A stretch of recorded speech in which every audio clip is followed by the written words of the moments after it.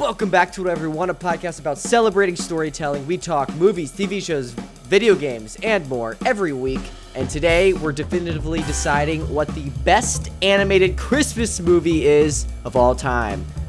Merry early Christmas, Daniel. How's it going?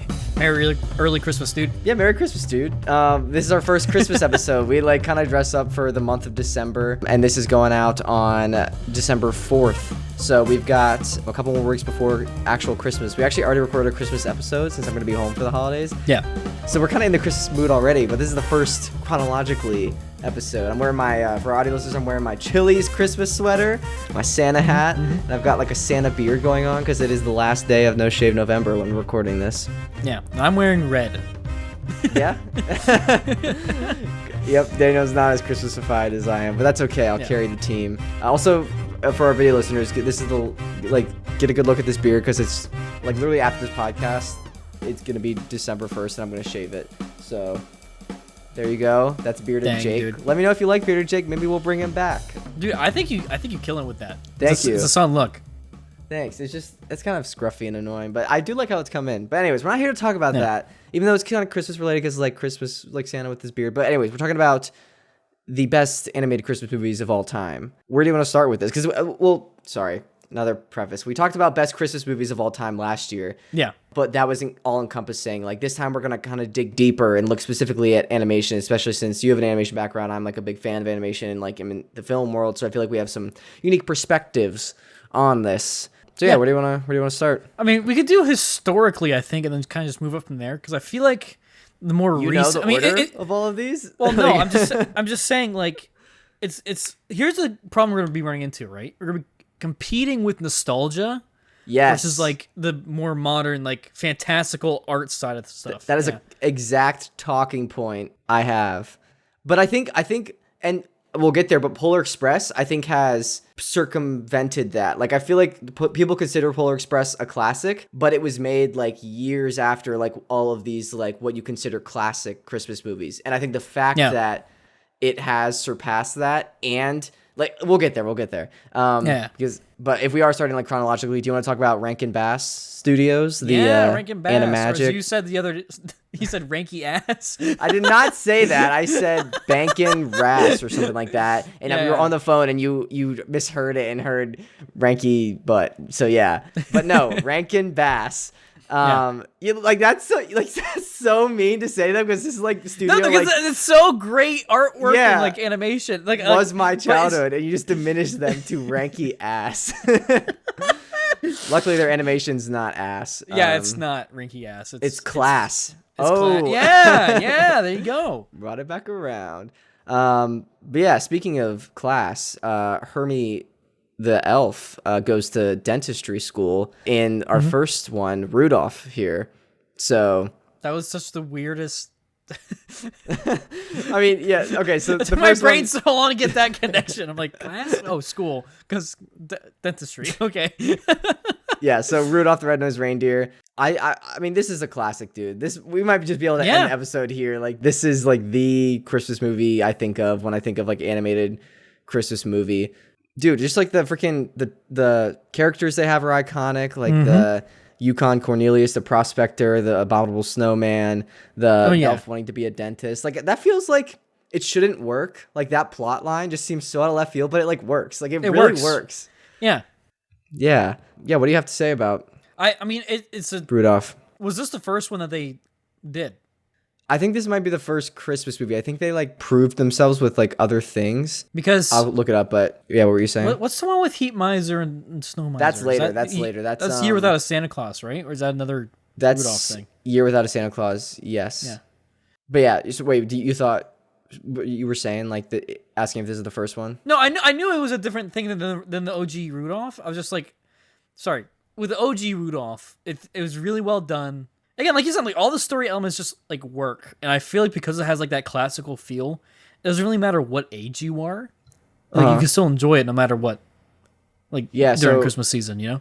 Okay, it looks like the first film they did was called Return to Oz, and it was the same year that Rudolph came out, but that was technically, I think, their first film. It's like a Wizard of Oz kind of thing. Yeah, it's a retelling of the storyline in The Wonderful Wizard of Oz. However, as this is a sequel to the animated series Tales of the Wizard of Oz, in which Dorothy and the gang went through an entirely different series of adventures, this adventure is new to them all. All of Dorothy's friends become trapped in the situations where they were in when she first met them, meaning that they all must visit the wizard as they did in the pilot for the TV series. Interesting. So they all get like trapped back and have to. It's like okay, I don't know. Wizard of Oz multiverse. Wizard of Oz multiverse. But no, dude, like that's like the OG multiverse Multiverse right of madness of Oz. Yeah, of Oz. Multiverse Oz madness. But yeah, no, dude, Rudolph's so good. The next one I think they did was The Little Drummer Boy. I actually don't think I've seen that one. Have you seen that one? I think I have once when I was like really little. Was it like good? I don't really remember it, so probably not. Apparently, I think it's like it did well. Like people consider it like a classic. Like I looked up like a bunch of lists of like best Christmas movies, and this was on there. But I also don't know if it's like carried by the legacy of this studio kind of thing, and it's just kind of like grandfathered in. But the next one they did. Also, do they have the rights to Rudolph? Like, how does that work? I don't know if Rudolph is like public domain because it's like an old song. Like, you know what I mean? So I feel like it has to. I feel like most Christmas things have to be like public domain, and it's kind of like what Disney does with fairy tales, where they can just like. That's what I was thinking, anything. right? But at the same time, it's like, I think that makes sense with Santa and North Pole and the elves. But I'm like, when did Rudolph like become like a thing? When was Rudolph born? When was Rudolph? He first appeared in 1939 when Montgomery Ward Department Store asked one of its copywriters, 34-year-old Robert L. May, to create a Christmas story the store could give away to shoppers as a promotional gimmick. 1939. And then this, like the Red-Nosed Reindeer, this version of the movie came out in 1964. So it doesn't, it's like not that long. Yeah. Like I don't know when public domain law Like when the place? But like I feel like maybe they had to get permission or something. But I feel by now like it's definitely in the public domain. If probably, I don't know. Don't use this as legal advice, people. Jake, you and I should make a movie about Rudolph right now.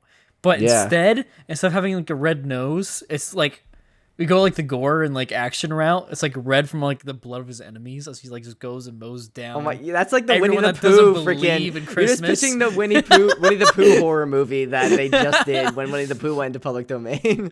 I'm not a huge horror guy. I like. It doesn't have to be horror, but it could be like action intense. It doesn't have to be horror. You just described blood dripping from. Dude, that's like gore. It's like action and gore. It's just, it doesn't mean horror. Okay. Gore and horror are not the same. They're close to each other, but like I have you turned like really far down. I just thought you said like horror, like Rudolph the Whore. Like that's a completely different rated R.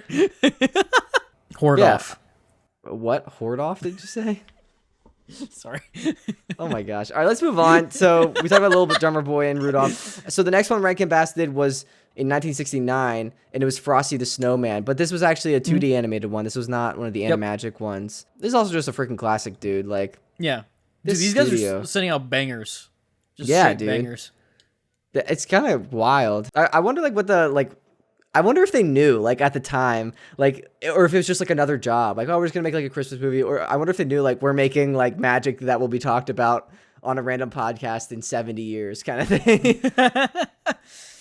I mean, it makes you think, like, how much are they still getting for that? Because, like, you got to think about, like, how much they're getting played nowadays, right? Or 50 years. Sorry. I just want to say it's actually, like, 53 years or something like that. My mom would get mad at me because she was born a couple years after this came out, and she's not 70. But sorry, you were saying. But no, like, but you know what I mean, like how much like royalties and stuff like getting like per play and stuff like that. Because like everybody every year, you know. True. Yeah, freaking all the VHS copies they sold, and then now to streaming, and like I mean, I imagine you could probably see some of these on YouTube. I wonder if these themselves, now that they're getting up there, are going to become public domain kind of thing. Like if because the studio's dissolved, I wonder if anyone actually has the rights or like what that looks like. I don't know.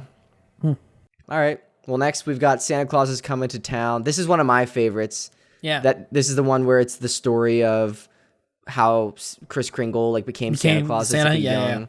Yeah. And there's Meister Burger. Dude, I always love that. What a killer villain name, dude. Yeah. I think I said that last year, but like, dude, what a boss. He also makes me hungry. It's kind of funny because he's because he's shaped fat, like one. Shaped like a burger. But yeah, I really like this one. Like I think it has the song, the "Put One Foot in front of the other" with the evil wizard. Yeah, dude. It's just good. I need to rewatch these. I think we talked about them last year, and I didn't rewatch them, so I haven't seen these in like a couple of years. Dude, we could do a marathon when you get back. Dude, I'm so down. I was also thinking we get the beer. We get the beer. We get the bitches. Up. Sorry, no, I'm just kidding. I mean, we could get the bitches. Doesn't matter to me. But like, we all get squatted up, and we just have Christmas movie marathon. We just raw dog these Christmas movies. I hate that I just said that in this outfit. Yeah, no, I'd 100% be down though. Not to raw dog with like marathon with some beer. Oh my god. Yeah.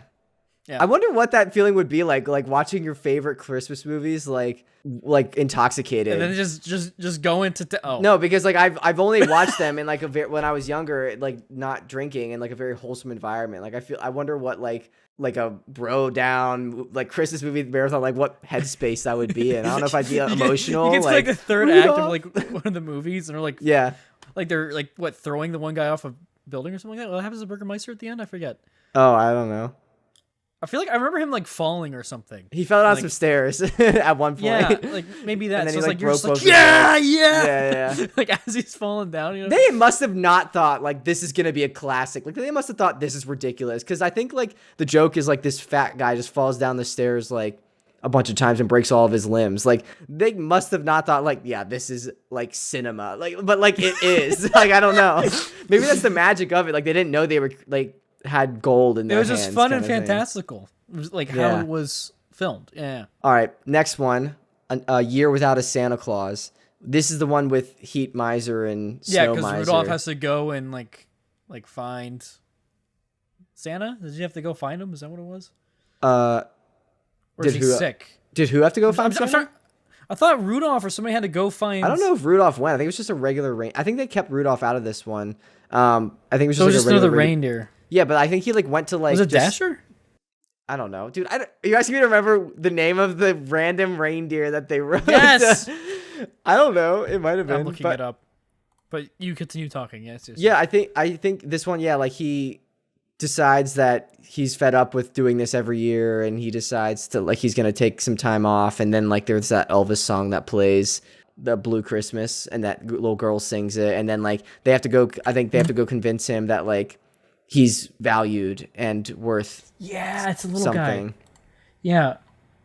I wonder if like I actually don't know that like where these stories come from. Like I don't know if this studio came up with them, or if like they're based on something. Like obviously the first ones like Frosty the Snowman and Rudolph the Red-Nosed Reindeer, the Little Drummer Boy, are all based off of like fables and stuff. But like Vixen. I don't know if like Santa Claus is coming to town and like the Year Without Santa Claus is like based on like a story. The year I'm gonna look it out. Look it up. Santa Claus based on true I still story. think it's funny. Oh yeah, it was a book of really? Phyllis McGinley's 1956 book. Sorry, the story is based on Phyllis McGinley's 1956 book of the same name. Interesting. Sorry, but you were saying. But no, I just think it's funny to like. It's this correlation here, right? That's like Santa Claus is based off of Saint Nicholas, which was like an actual guy, right? So yeah, or to to children audio listeners, it still is the same guy because like Santa's real, obviously. So yeah. But like, I love how we just said we're so at the extremes. We're like, we'll get the booze, we'll get the bitches. We're like, well, Santa Claus is real, guys. But like no, but there's like all these movies and like all these different kinds of like even like within Marvel and DC where he's just like goes on like these crazy adventures or interacts with these characters. Like imagine just like this Saint Nicholas guy just interacting in like canonical lore. Like, oh yeah, I remember that time I went to space with the Guardians of the Galaxies and the Avengers. You know, like yeah. That's the power of Santa. He can transcend all boundaries. Santa. That was so bad. That was worse than I think anyone I've ever done. Man. That was so bad. You changed send to Santa. Hey, you gotta experiment sometimes. You just gotta let it happen. You gotta let it rip. Yeah, just gotta like let it Santa go. did in that one time when he. Were you trying to segue? And I don't know. Didn't have anywhere to go? I was trying to come up with like another adventure he would have hypothetically went on, but I'm like, what would you just thought if you keep talking, you'll get somewhere? Yeah, I'd get somewhere. It never did. Dang. All right, so that's the end of the Rankin Bass ones I wanted to talk about. kind of. Yeah. So I don't know if we talked about this last year. Are there like the more modern like? That's the thing. ones? There was a Rudolph the Red-Nosed Reindeer sequel called Rudolph the Red-Nosed Reindeer and the Island of Misfit Toys, which was a 3D animated sequel, like direct to video of the original, but it was not the same studio because I think Rankin Bass had shut down at this point. This one came out in 2001. And dude, I freaking found it on YouTube today and was like skimming through it. It is a fever dream, man. Like, I remember it because this was one of those movies that my sister and I had in our car, so we watched, like, all the time. I feel like I've said that about so many movies, but it's true. Like, I think just in different periods of our life. Car's just like an entire library of just yeah, we have, like, a whole catalog. No, but I think what happens is, like, we get, like, 5 movies and put them in the car, and then, like, for a year, we don't change it. And then we were like, we need to really change these. And we get another 5. So, like, at different times, there have been, like, that was the only movie we had in the car for a while kind of thing. Yeah. And this was one of them. And dude, I started watching it today. Let me like describe what happened today. The plot of this one is that Rudolph is like being treated as like a celebrity because he saved Christmas that one time and he has this red nose. And so people are giving him like a little too much attention and he can't live a normal life. So now he's like this celebrity. And so he tries to go get a nose job to fix his nose so that it becomes like a normal reindeer nose. Yeah. I remember that part. But also there's a plot, like a subplot where there's this guy in a trench coat who plays like the flute and it lures toys out of children's houses into this blimp and he steals them. The blimp! Yeah! Dude, I watched it and it brought back all those memories, but it is like the craziest thing. The animation is atrocious. It is so bad. But like at the time when I was watching as a kid, I was like, this is great. Like the nostalgia carried this one hard. Like I skimmed it today and wow, is it rough. Like Rudolph sounds like he like has to hawk a loogie like the whole time. Like he just is speaking in the back of his throat. He's also just like an entitled prick that like wants to get a nose job because he's like too famous now. But then at the end he realizes, oh, like my nose saves the day again because he like illuminates the trench coat guy who ends up being like an old teddy bear that was like forgotten, which also is the plot of Toy Story 3. So like Toy Story 3 ripped off this, I guess. But dude, like, oh my gosh, dude, it's crazy. So basically what I'm saying is 10 out of 10. I mean, I gotta give that's one, it's like, you know, it's like always been in the back of my mind, but like you forget about it until it's brought up again. Yeah. Just like, I have those images of it. So like I need to give it another watch. Freaking the flute playing trench coat toy thief is wild. Like how did this like so many things happen that I'm like, how did you get so far along that this was approved and like became a thing? But like I don't know. Yeah. And Hermie like has to, you know, Hermie goes to the island of misfit toys to fix the lion that rules there, has like needs a root canal. Yeah. Oh my gosh. Good times. So yeah. That's our first 3D animated one that has entered the running. What year was that? 2001. I have one for you. That's right after that. I this is a film that Mark Hamill was on. Is it Rapsittie Street Kids? Yeah, you told me about that. You told me we brought it up like several times on the podcast. Okay, that's fair. That's fair. And then every time we do look at you say it, I'm editing and I like look it up and I'm like, yep, this is still a real thing. This is still not a lie. Yeah, it's so. Can you, weird. For our people that might not remember, can you describe Rapsittie Street Kids? I don't even know the plot. It was so freaking like. It's just another fever dream. You thought that was a fever dream with Rudolph, the remake, right? Dude, honestly, I remember seeing some of Rapsittie Street Kids and it is atrocious. I think definitely worse than Rudolph. Rudolph is bad. 100%. Like Rudolph 2 is bad. Like it's probably not as like despaired, like different as you might think. You were saying, sorry. No, I think Rapsittie Street. I mean, okay, it's funny because Rapsittie Street Kids is fun to watch because of how bad it is. That's the kind of film it is. Yeah, no, it's pretty bad. Yeah, maybe. Yeah, I just looked up another image. All I really remember is that the main character, like he raps, sings the entire time, right? And then his grandma. That should be our movie marathon. We should get drunk and watch these really bad Christmas movies. Yes, dude, I'd be so down for that. That'd be freaking dope. But no, like the grandma, she doesn't speak at all. She just speaks in gibberish. She literally sounds like the kid from the freaking Wild Thornberrys, just like that all the time. Like it's just so crazy. I don't even remember what the plot is. I think he wanted to get gifts for everybody, but then he couldn't. So then he had to do something with music to like save Christmas. Like that's literally the plot. That's probably that you probably just like summarized the pitch meeting, and then they were like, "Yep, that's great. Don't develop it any further. That's golden." There's something with music, and they save the spirit of Christmas. Here's like $2. Make the movie. I sincerely need to watch it again. Which is funny to think about because that means I would have seen Rapsittie Street Kids more than I've seen like the Marvels. Oh my gosh. Or Inside Out. Stop. Do not. You cannot breathe the same breath as Rapsittie Street Kids and Inside Out. Inside Out is leagues above Rapsittie Street Kids. I mean, I can because they're both animation, so yeah. Is like okay. I like need to move on from that. Let's move on to the Grinches. So we have the animated classic Dr. Seuss one, which was 1966. Mm-hmm. And then we had Benedict Cumberbatch's 2018 3D animated. Oh, yeah, version, I didn't see the new one. Apparently it's not bad. I also haven't seen it, but yeah, it's apparently okay. I know we're still talking animation, but Jim Carrey is supreme. I know. We said that last year, but I cut it out because we're not talking about that. So, but between... Yeah. What do you think the animated like classic one? The classic one is a classic. I mean, it's. I think it's pretty short if I remember. Yeah, that's what I was gonna say. It's very quick and like to the point. It's just like the song, and then like they like do some narration at the beginning to set it up, and then they do the song, and he like steals everything, and then his heart grows 3 sizes. Bing bang bosh, it's done. Yeah. Let me see how long it is. It's 26 minutes. Can we even consider that a movie? Like what? We're not that's calling crazy it, though. We're just saying animation. We're not particularly saying movie, but yeah. That's also crazy though that like the original was 26 minutes and they managed to make the Jim Carrey one like just shy of 2 hours. And like it's good. Like usually when you like expand that much, like it's not great. But yeah, like that one's 2 hours. The Benedict Cumberbatch one is an hour 30. Frosty the Snowman was 22 minutes. What the heck? It's probably also just the song. I remember that one was also short, yeah.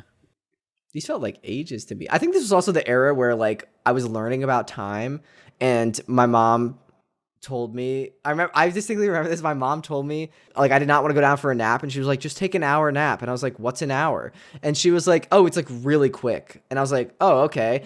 And so then like I like was like, "I'll just not go to bed." So I laid down waiting like for not a long time, so that my mom would come and get me, and I could just keep playing.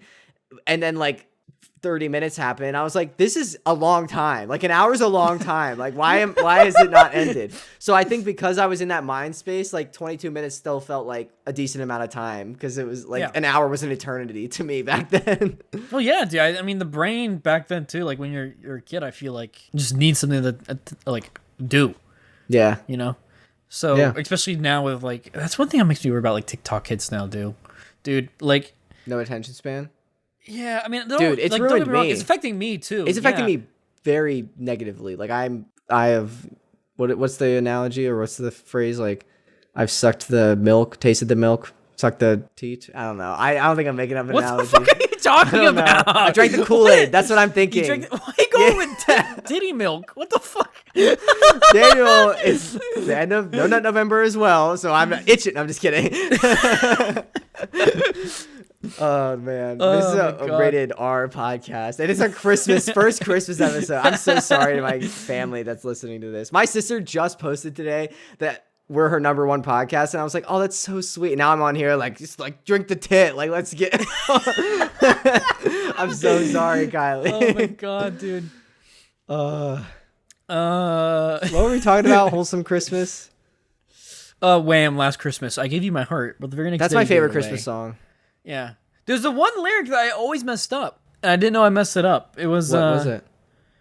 I forget it now, but it's the part where continue to mess it up. I know what I would replace it with. It's weird how when I say I love you, I meant it. That's what I thought the lyric was, but it's not that. What is the lyric? It's we have to. All right, we're taking 5. Yep. Last Christmas. No, I'm just going to Spotify. It's weird. That's not it.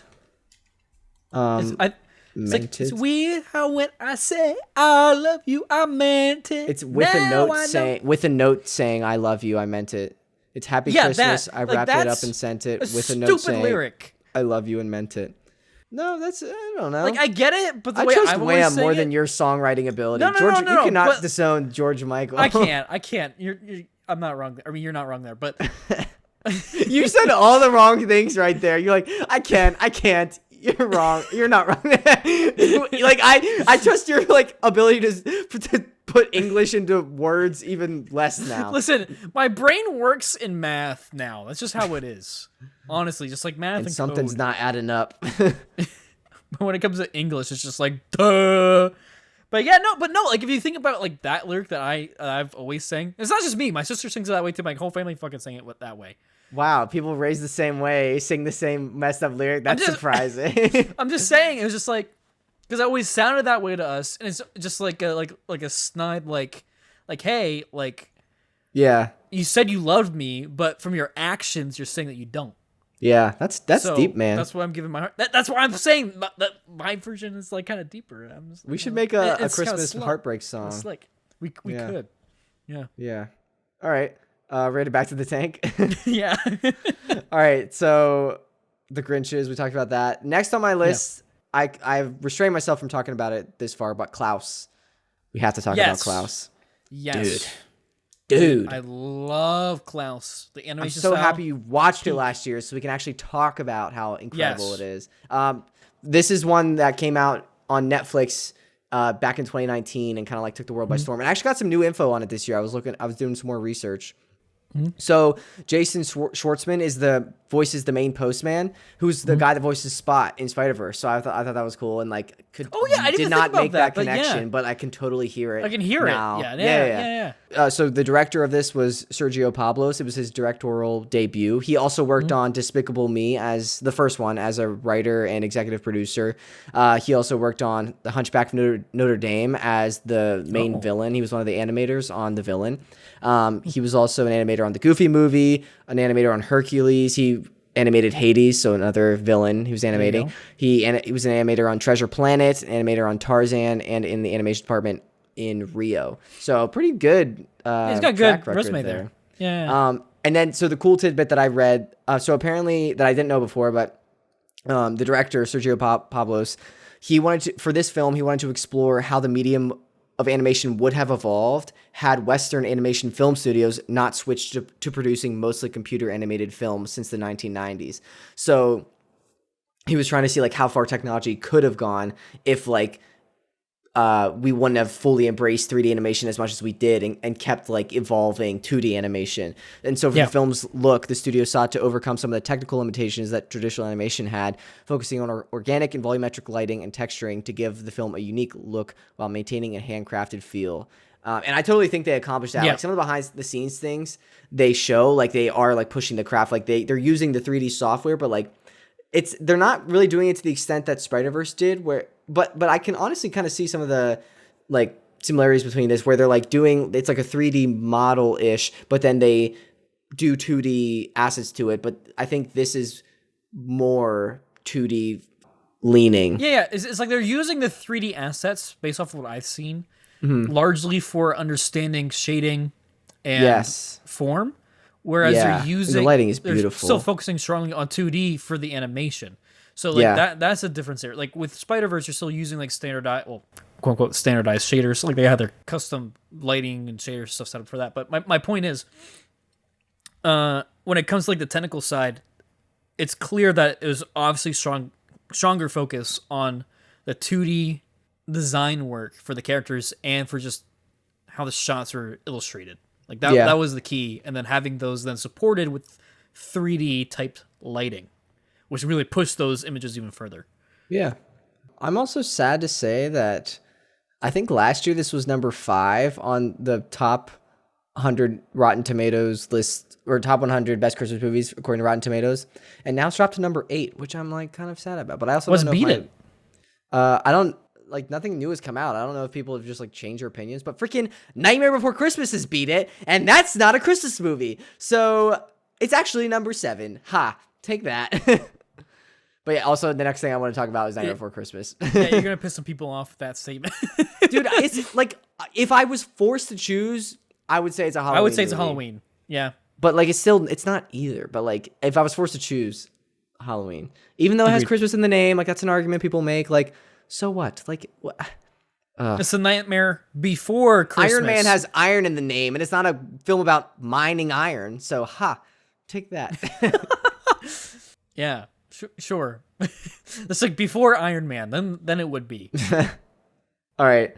So yeah, Night Before Christmas. Is there anything you want to say that we haven't said before about like how? I mean, it's a good movie on its own. It's a good movie. Art style, I mean, again, amazing. But like back to stop motion. Yeah. Yeah. It's I agree with you. I see more as a Halloween movie. Yeah. All right. We also didn't talk about Polar Express yet. You brought it up earlier, but didn't really get into it. Oh yeah, that's. I mean, I have that later on the list, but yes, we can talk about that. I'm not really going in chronological order because I prepped this list and did not make in chronological order. So you just saying let's do chronological order. I was like, I can't do that because I don't have the dates here for all of them. But yeah, Polar Express, honestly, a potential top contender. And I have some thoughts on this, but I want to hear your thoughts first. I mean, here's the thing. People were always like, oh, Uncanny Valley. I never really cared. I always thought just the look was amazing. It had a nice, warm feel to it. I mean, actually, no, I'm going to cut that. It's nice and warm when it needs to be, but also has the cold, it's warm for the hot Christmas chocolate scene. feel. Cold for when it's outside and they're like Tokyo drifting on the ice with a train. That's also Exactly. sick. That's sick. Yeah. Like that's a great action sequence that did not have to go that hard. What movie can you say they've done that? Come on. Yeah, that's actually like so creative. Yeah. We should see more trains drifting. Come on, next Mission Impossible. I want to see trains drifting on ice. Otherwise, it's a disappointment. Polar Express walked so Mission Impossible could walk. I don't know. But I completely agree with you. Where like it is like a bit Uncanny Valley, but I think like we rag on it being Uncanny Valley, and it didn't bother me. But I think the fact that it is that rough, but despite that, we still hold it Like, as love it. this true classic and to this high standard. Just proves how well the storytelling is done and like how much it emotionally connects with someone. And I think that means they're doing something really well. So I think that like gives tons of points for me because of that. Yeah. Yeah. All right. So Polar Express. Next on my list, I had A Charlie Brown Christmas, one I still have not seen, but is one of your favorites, I know. Yeah, brother. Yes, we talked about this last year. Oh my god. And How many of the Charlie Browns have you seen? I don't think like any. I've seen like the scene from You haven't Peanuts. seen the big.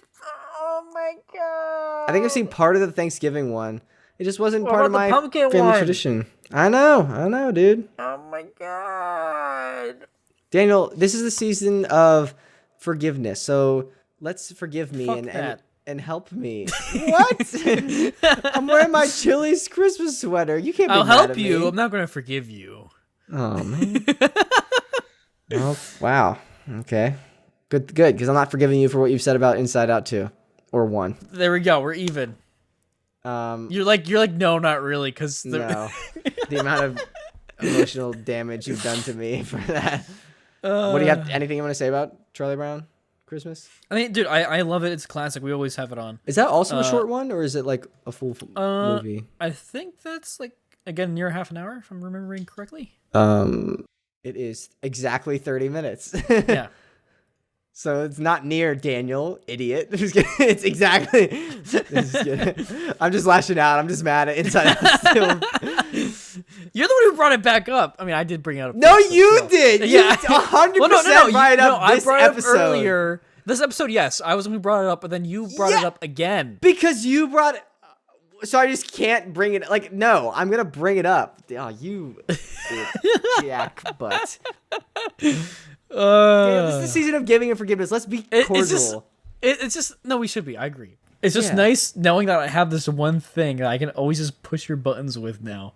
I can just be like, actually, Well, you're wrong, so it's whatever. All right, next is Prep and Landing. I think this was the one Evan talked about last year. I don't think I've seen this one, or if I have, and it's been Landing? a long time. Yeah, so here, I actually have the synopsis because I figured this might happen where none of us know what it is. All right, synopsis. Wayne is an elf who believes that Christmas is just a job. After working for 227 years preparing homes for Santa's arrival, he wonders if all his efforts make any difference. His patience is put to the test when he's paired with Lanny, an idealistic rookie who embraces the holiday spirit. The elves encounter unexpected challenges on their mission, and Wayne learns that his job does indeed have impact in a very surprising way. I think it's a really solid idea for a film, actually. Yeah. Like an elf that's like just kind of bogged down by his job, and then he like relearns the magic of Christmas. Like I think that's a pretty cool idea. And I think, agree. I mean, it seems like a good arc. I'm looking at the stuff now, and I know I've seen it. Like I've seen like I remember the trailer coming out like a lot. Yeah, seeing it. But yeah, I think it's like really actiony, and they have all this like spy gear, and it's supposed to be like a cool like prep and landing. Yeah. What was it? Disney that did this? I don't think so. I'm seeing Prep and Landing 2 like Disney, so I don't know if there's a sequel that. Oh yeah, what? Maybe it was Disney. That I feel like they kept that under wraps. It looks very Disney-like. Oh, well, production companies. Yeah, it was Walt Disney Animation Studios and Walt Disney Pictures. What the heck?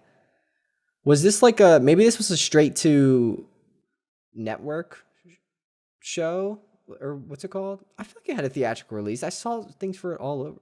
That's so surprising. Yeah, I have no idea. Oh wait. Oh no. I'm looking at the Prep and Landing television special. I think that was Disney. I don't know if the original. I see. Was maybe they Disney. acquired it. Yeah, that makes more sense. Disney bought it. What a surprise. Prep and Landing, Naughty and Nice. Yeah, no, it was originally by ABC. Or distributed by ABC. Well, ABC is Disney. Like, they're the same company. But I don't know if the animation studio did it. Were they acquired back in 2009, or how did that work back then? I thought Disney bought ABC. Wait, Prep and Landing was originally a short, and then they made a movie. Sorry, what were you saying? I thought Disney acquired ABC, like, within the last couple years. Dude, that was in, like the 90s. Really? Yeah, Disney bought ABC when Michael Eisner was at the helm, and that's how Bob Iger was at ABC, and then he got acquired by Disney, and then he rose to the ranks, became the CEO of Disney. That's how that happened. There you go. Okay. So this was definitely like an 80s, 90s kind of thing. But yeah, Prep and Landing. It looks like the animation is good. That's okay. That's what we can say. Yeah. Next I've got on this list, Rise of the Guardians. Have you seen this one? Yeah.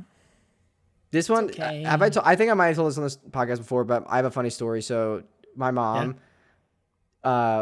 she told my whole family that she got the DVD for Guardians of the Galaxy, and we were like so pumped. And so then like we were all waiting for her to come home so we could watch as a family. She comes home, pulls out Rise of the Guardians, like, let's go, guys. And we're like, what is that?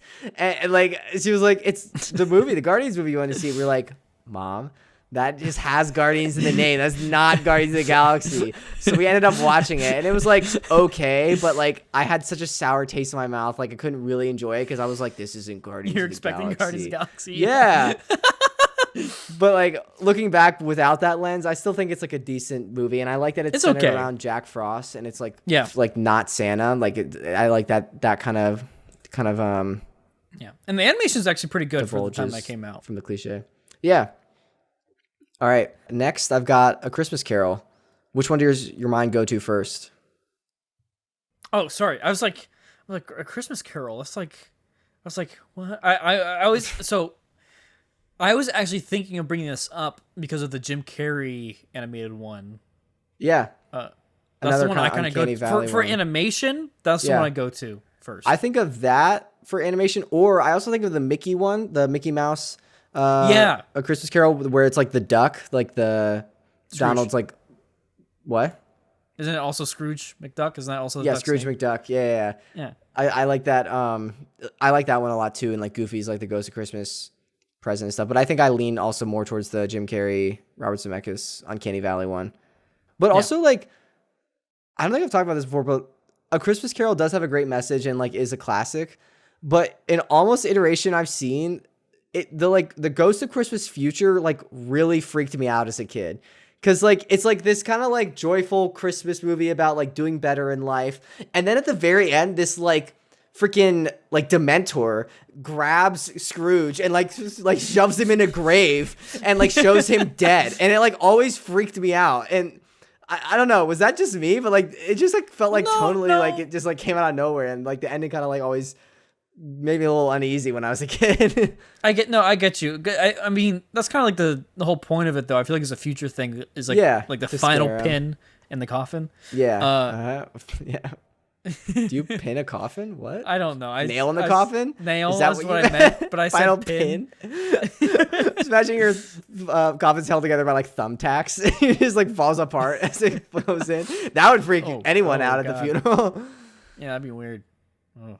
You were saying. But yeah, no, but no, it's the final nail in the coffin for when it comes to the message about like leaving a legacy and being good to people. Was right for other people. Yeah. Yeah. That's all the ones I had. Is there any other ones you wanted to?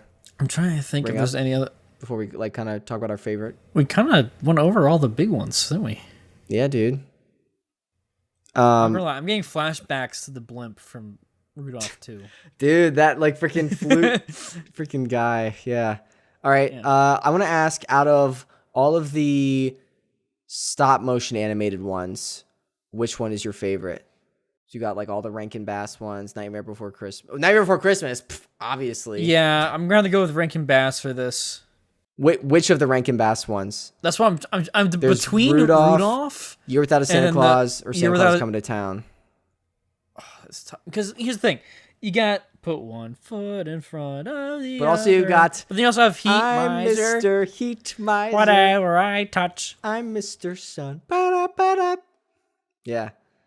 Classics, but also Rudolph is just the classic. So yeah, that's the thing. So it's like they're all up there.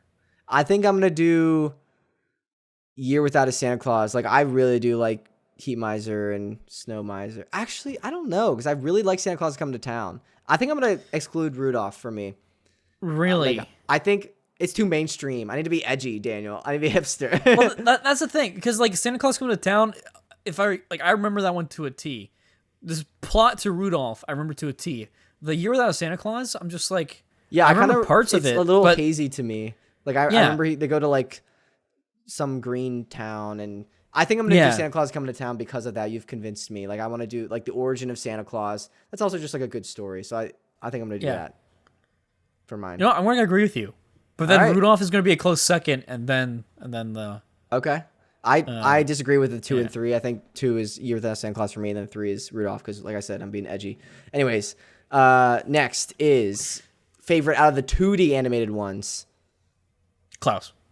Yeah, even though it's kind of like a hybrid, like we were saying, but I would consider it more 2D than 3D. For me, it's well, yeah, but like it's because of that technical side of it, because of the animation. Like that speaks to me. Also, it's just really well written, really well done.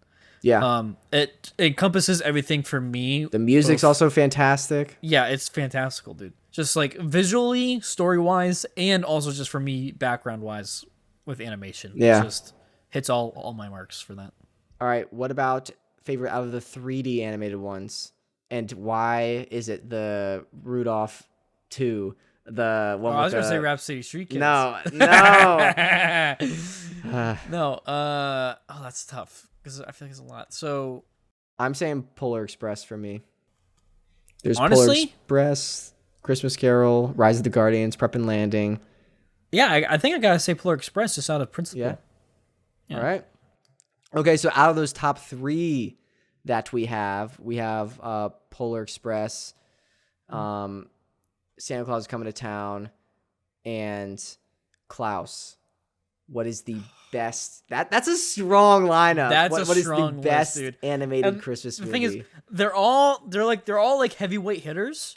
Yes. But they all got different like builds, like different lengths and stuff like that. So it's like you don't know how they're gonna be hidden against each other. So it's like, I think I personally have such a strong connection to Klaus, but I think because it's so recent, I have to give it to one of the legacy guys. I feel like. Agreed. I'm kind of feeling Polar Express. I'm not happy about it, but I want not gonna lie, because I feel like out of those 3, if it's me and my family and there's one that we're gonna watch, out of those 3, it would be Polar Express. Yeah. All right. I'm happy with Polar Express. It's tough, but all right. Yeah. Congratulations, Polar Express, for winning the 2023 Best Animated Christmas Movie of all time. What are you gonna say? I like trains. Yeah. All right. All right. Congratulations. I mean, congratulations to all the competitors, though. Very well. Fought. All right. Ready for the next segment? Yeah. What do we got? Patron shoutouts. Ready for them? Oh yeah, hit me with them. Cue the Epic Stars music. Boosh, God, Patron, Lori, Frank, Rick, Lisa, Evan, Tony, thank you so much for pledging the tier. Thank you for the shout out. If you'd like to support us over on Patreon, like us down in the description, get the audio episode early, special benefits, cool perks, all that jazz, and more. Are you ready for cool comments? Yeah, what do we got this time? We got 2 comments. One's a kind of a fun comment, and then the second one, it kind of leads into like another segment, like a post banter thing we can talk about. But the first comment, so on our latest TikTok we posted a couple weeks ago, it was called "What Will Loki's director do next?" And we talk about like what we think that showrunner should tackle as their next project. The person with the username Woman Annihilator, wild name, they commented, "Just a reminder, Cars 2 is the best Cars movie." Like, so unrelated to anything we were talking about, and just like just threw that in there.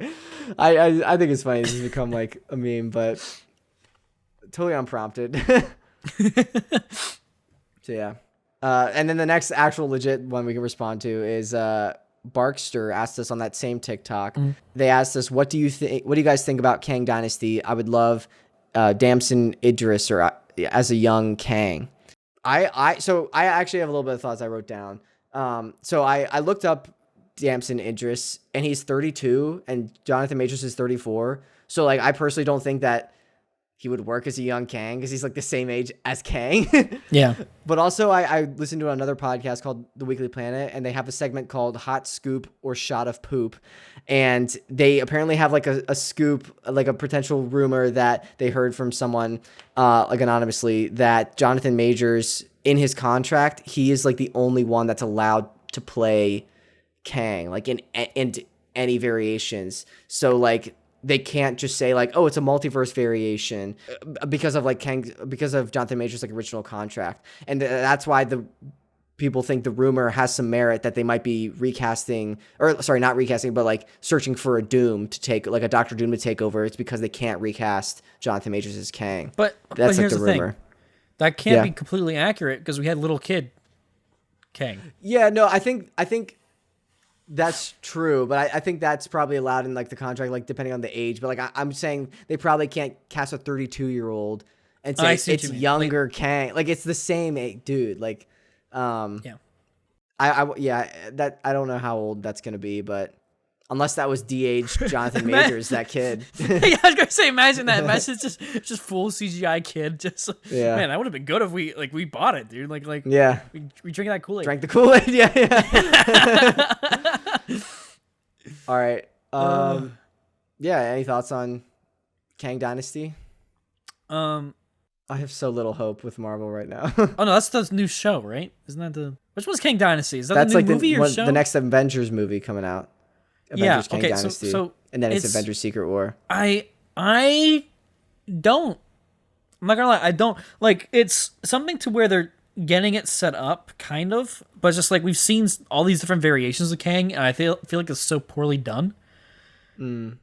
That not all of it. Like Loki's done. No, Loki was the best of it. That was perfectly done. But you were like, talking about Quantumania. Like Quantumania and like, it's just, listen, just simplify it. And this is another reason why I want to do like the map of like the multiverse, dude. I feel like that'd be a great like little side project to do.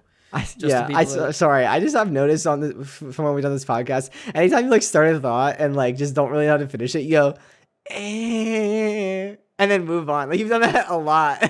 Really? Like, yeah, you do that a lot. Where you're just like, I just feel like because my brain doesn't want to think about it. That's the thing. And then you like move on to like a new thought. Sorry for calling you out, but nah, it's just my brain. Man, as you say, it's one of my Daniel isms. So yeah. Anywho, anywho, we love you for it, Daniel. All right, but that's another one. But yeah, I'm not excited. I think Kang Dynasty has potential.